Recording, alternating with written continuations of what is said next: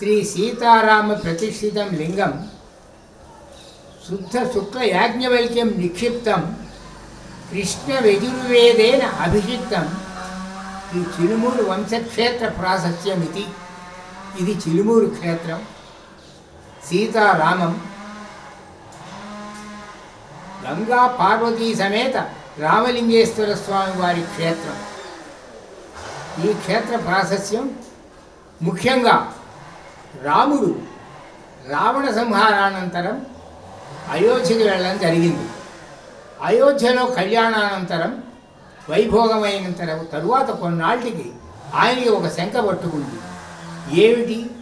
నేను ముందుగా ఒక స్త్రీని చంపాను, తరువాత బ్రాహ్మణుని చంపాను, తరువాత శివభక్తుల్ని చంపాను, వాలిని చంపాను, రావణుణ్ణి చంపాను. దీనికి ఏమైనా ఉపసంహారం ఉందా? దీనికి ఏమైనా శాస్తి ఉందా అని అడగగానే అప్పుడు వశిష్ఠుల వారు ఏం చెప్పాడంటే, లింగ ప్రతిష్ఠ చేస్తే చాలా వరకు తగ్గుతుంది అన్న తరువాత ముందుగా లంకకు వెళ్ళి ఐదుగురే ఎవరెవరు? సీత, రామ, లక్ష్మణ, హనుమ, వశిష్ఠుల వారు లంకకు వెళ్ళి విభీషణుడి యొక్క ఆజ్ఞతో అక్కడ 4 లింగాలను ప్రతిష్ఠించడం జరిగింది. 5వ లింగం రామేశ్వరంలో జరిగింది. మధ్య ఎన్నో లింగాలు ఉన్నాయి. ఏమైనప్పటికీ కూడా మాది 6వ లింగం రాముల వారి చేత ప్రతిష్ఠించబడిన లింగం. ఇక్కడ చూశారు, ఇక్కడ సౌందర్యం చూశారు, ప్రకృతి చింతలు వింతలన్నీ కూడా చూశారు. ఇటువంటి ప్రదేశంలో ఒక లింగాన్ని ప్రతిష్ఠిస్తే బాగుంటుంది అనే దృక్పథం సీతకి కలిగింది. ఎందుకంటే ఆయన ఇక్కడ ఈ కృష్ణానదిలో స్నానం చేసేటప్పుడు ఇద్దరూ కూడా స్నానం చేయడం దిగింది. స్నానం చేయడం వెళ్ళిన తర్వాత ఇద్దరూ ముడి కట్టుకుని, చెంగుముడి, ఈయనేమో ఉత్తరాయ ముడి పట్టుకుని వీళ్ళు 3 తడవలు మునగాలి కదా. 2 తడవలు మునిగారు, పైకి లేచారు. 3వ తడవ మునిగేటప్పుడు హరహర మహాదేవ్ అంటూ లేచాట రాముడు. అప్పుడు సీత ఆయన ముఖం చూసింది. చూస్తే ఆయనలో యథార్థంగా కనిపించింది స్త్రీతత్వం. అదే దాన్నే చెబుతారు కదా, మనకి మామూలుగా ఇచ్చేటటువంటి ఆడశక్తి. ఆ శక్తి స్వరూపాన్ని చూసిందన్నమాట ఆమె తరువాత ఆయన ఆమె ముఖం వంక చూస్తే ఆమెలో పరమేశ్వర తత్వం కనిపించింది. అందుచేత వారు ఇక్కడ ఒక లింగాన్ని ప్రతిష్ఠించాలి అనేటటువంటి స్థితికి వచ్చారు. లింగ ప్రతిష్టాపన జరగాలని అనుకున్నారు. ఒక ప్రదేశం నిర్దేశించారు. ఆ తరువాత హనుమంతుడు నేను కైలాసం నుంచే లింగాన్ని తీసుకొస్తానని బయలుదేరాడు. టైం కూడా చెప్పారు.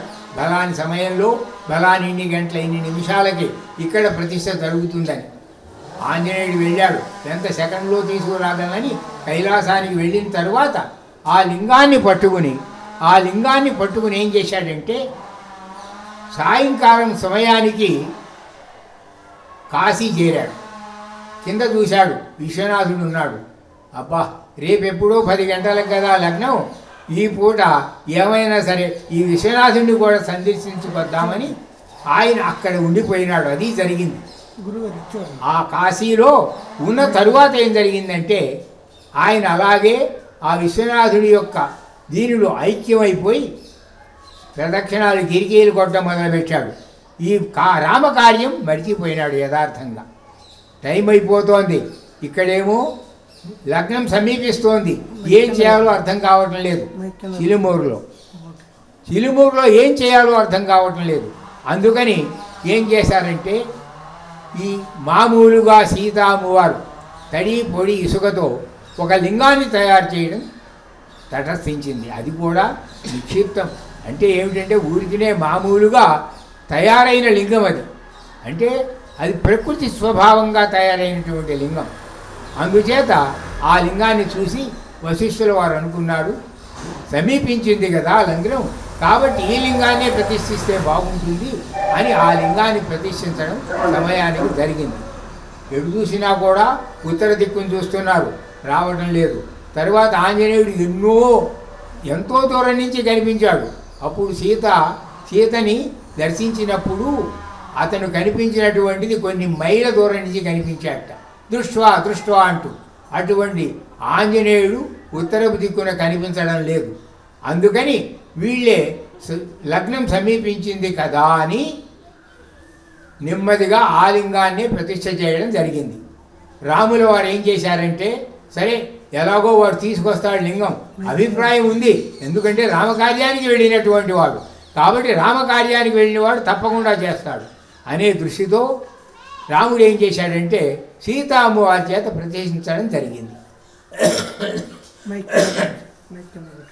సీతామ్మవారు ప్రతిష్ఠించినప్పుడు ఆ ప్రతిష్ఠ చేసింది, ఆమె చేతి మీద రాముల వారు పెట్టారు. చేయి తీస్తూ ఉండగానే దిగాడు ఆంజనేయుడు. ఎలా దిగాడండి? కనుచూపు మేరలో కాననివాడు ఎట్లా దిగాడనేది వీళ్ళకందరికి ఆశ్చర్యం కలిగింది.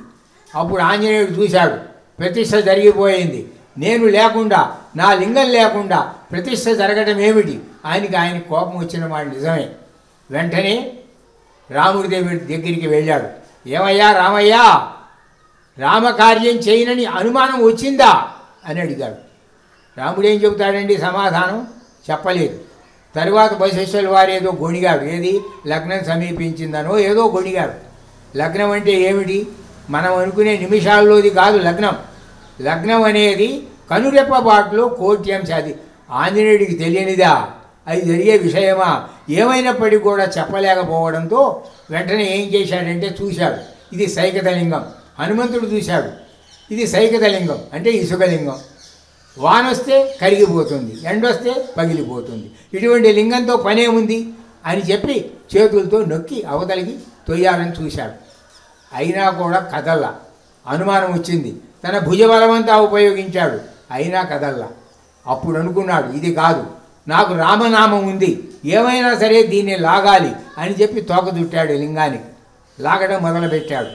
రామనామంతో జై రామ్ శ్రీరామ్ శ్రీరామ్ జై జై రామ్ జై జై రామ్ అంటూ లాగాడు. లాగితే వస్తుందా లింగం? రావటం లేదు. ఎప్పుడైతే రాలేదో అప్పుడు ఆయనకి అనుమానం వచ్చేసింది. ఎందుకని?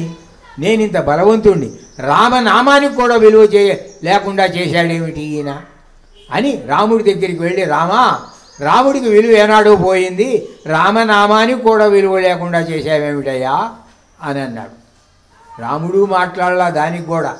వెంటనే ఆయన చెప్పాడు వశిష్ఠుల వారు, ఇది సీతామ్మవారు ప్రతిష్ఠించినటువంటి లింగం, ఇప్పటికీ తోక గుర్తులు ఉన్నాయి, సీతామ్మవారు గుప్పెడ పెట్టింది పైన లింగం పైన, ఆ గుర్తు కూడా ఉంది, కాబట్టి నువ్వు లాగలేకపోయినావు.